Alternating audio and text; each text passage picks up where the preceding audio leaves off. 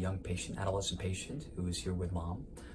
And he has brought to the office today very interesting clinical dermatological manifestation. He has lots of warts on the bottom of both feet, specifically the right more so than the left. There are different types of, when we talk about warts, different types of clinical presentations. In this particular case, we call this one, let's come around here, a mosaic type, mosaic style, like little islands, you see?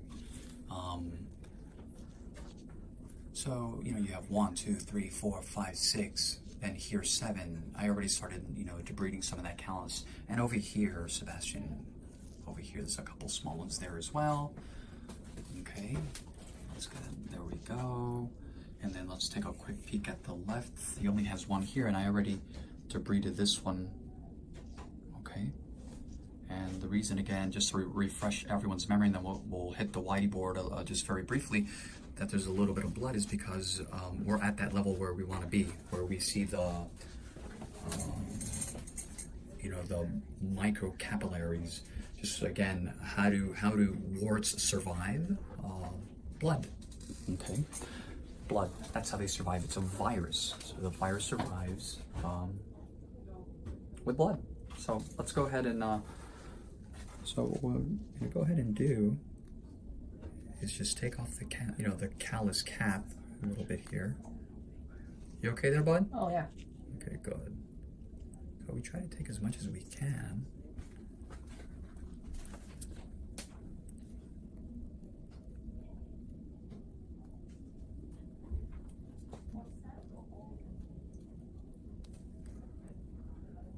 And we just try to be very careful. He's had these for now about 6 months. And what I was telling the mom and patient is that even, yes, absolutely, they do spread because they're a virus, but at the same time, this is like, if this was the first one, right? Let's make believe this is a tree. The tree has roots underneath, and the roots have moved into other areas around, and basically they've just, like mushrooms, just sprouted, right? They sprout from underneath, not from the top, right? And also, I must add, one of the contributory factors is that I'm assuming, I suspect that he's barefoot a lot. Yeah. Because of just... Because we live in Texas. Right. It's easy to be barefoot a lot. So, being barefoot a lot doesn't really help either. Because that gives the virus an opportunity to inoculate, right? That gives the virus the chance to get into the barrier, the skin.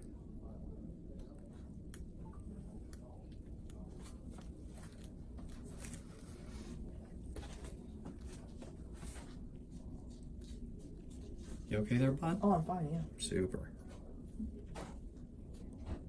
So we want to, again, we always try to, and everyone can see, once you start removing that top layer, you get to really appreciate this, the sheer size of these warts.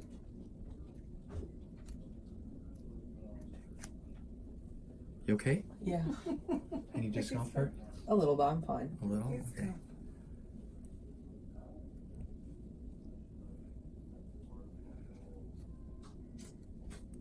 We want to try to go as deep as we can. The patient will usually tell us if it's really uncomfortable or not. I keep him apprised. I can deal with it.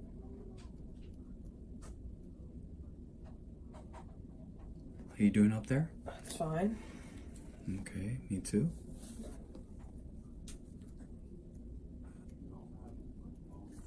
Okay, so now everyone can really appreciate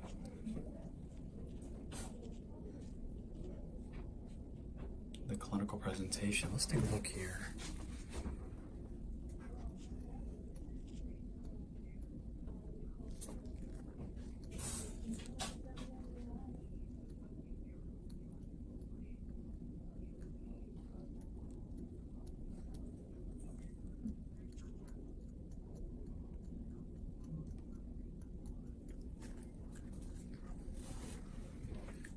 Sometimes we call these like broccolinis, cauliflower-like lesions.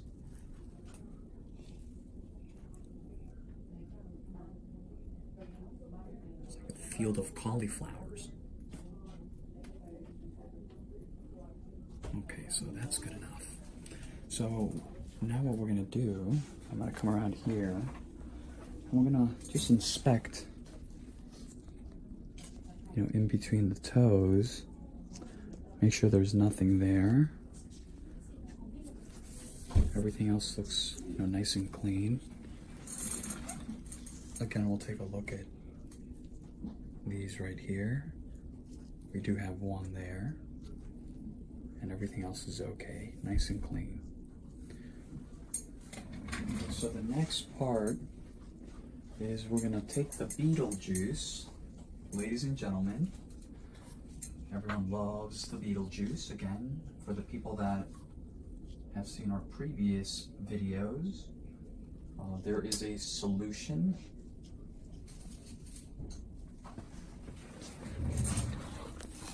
So there's a solution that we use called canthrone, okay? And canthrone is derived from an actual insect, the beetle. That's why we call it beetle juice.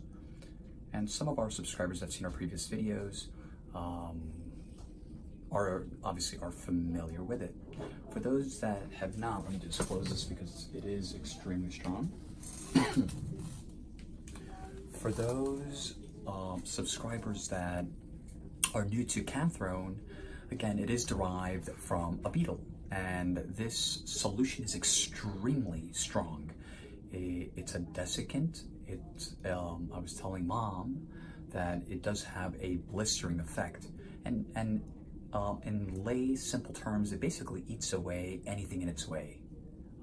Good, bad, ugly, real ugly, it doesn't really matter. It just eats away, eats away, and that's how it works.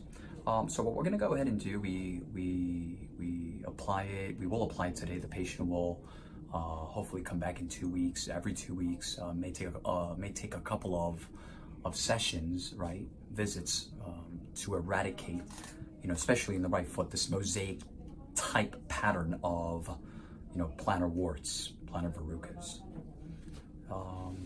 And the real nice thing about the beetle juice is that it's painless, and that's a winner, especially in the pediatric / adolescent population. No injections, no numbing, happy patient, happy doctor, happy family members, everyone's happy. So without further ado, it was like perfect timing with that phone ringer. Without further ado, okay, so bring your toes to your nose. Super. So we'll apply a little bit here, just like that. That's one. And we'll go over here.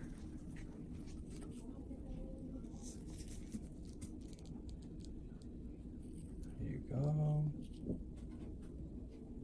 There we go.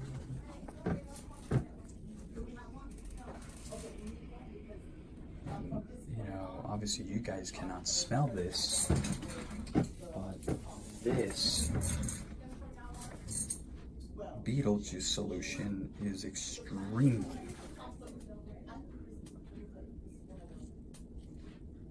strong. Super. I mean, you guys are going to see it dry up now. The lesion will turn white.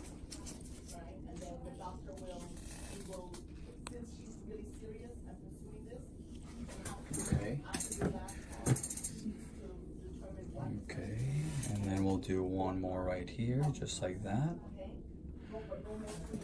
How do you feel? Great. Me too. Patient has a great attitude, no question. He's definitely a trooper, but so is Sebastian. Put a little bit here, very little. Again, anywhere where we think, right? I'm not convinced with this one. We got that one. So what I like to do now, stay there, Sebastian, is we're gonna take another quick look, right? We got one, make sure there's nothing in the creases. Everything looks really good.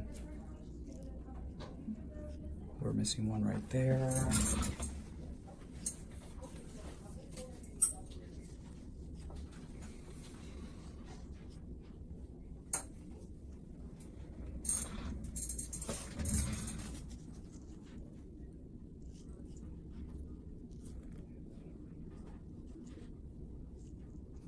Okay. And I don't see anything else.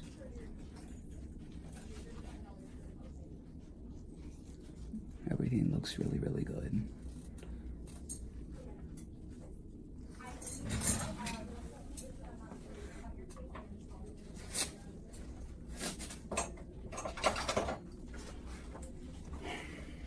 Okay, just very, very quickly.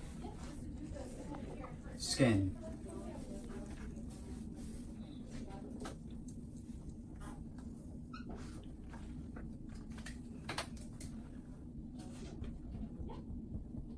These are sometimes when we see these little tiny little black dots, in this case they're red, but when we see these warts, we see these little hemorrhagic changes.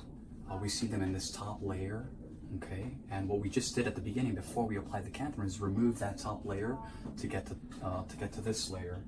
Now, again, we'll say this is blood, right?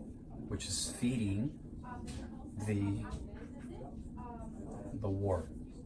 And what I was explaining to everyone before is that, you know, instead of, you know, a seed sort of falling, right, and then something germinating from here, right, it's not really like that. It's actually the wart may do this, right, and then, you know, then we'll have a little one there, and, you know, and another one there, like little flowers, right? So everything is from kind of like, you know, kind of like that. So wart, wart, wart, wart, wart. And then what we did today, again, first part of the procedure, we remove this. Then we applied the cantharin to here. We removed, obviously they were not flowers. We removed this to this layer here, and then we also apply the cantharin. I got cameras everywhere today. That's what we did. So it's really, really important that once we gain that momentum, which is every 2 weeks, I already spoke to the mom about this. Once we gain the momentum, it needs to be continued. Once you stop, then sometimes you kind of just by default fall back into, it's okay, you can ask questions. No.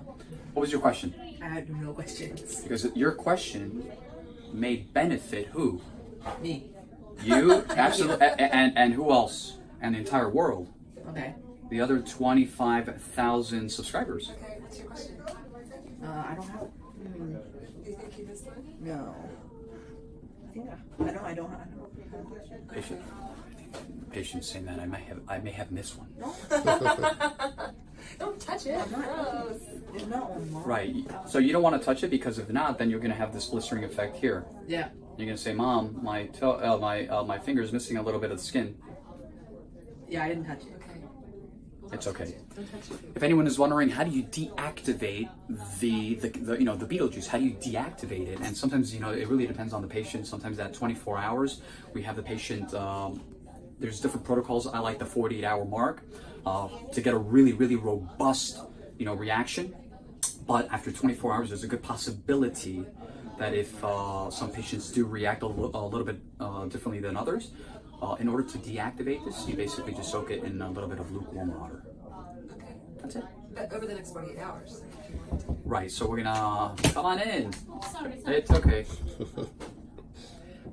Yeah, so that's this is important.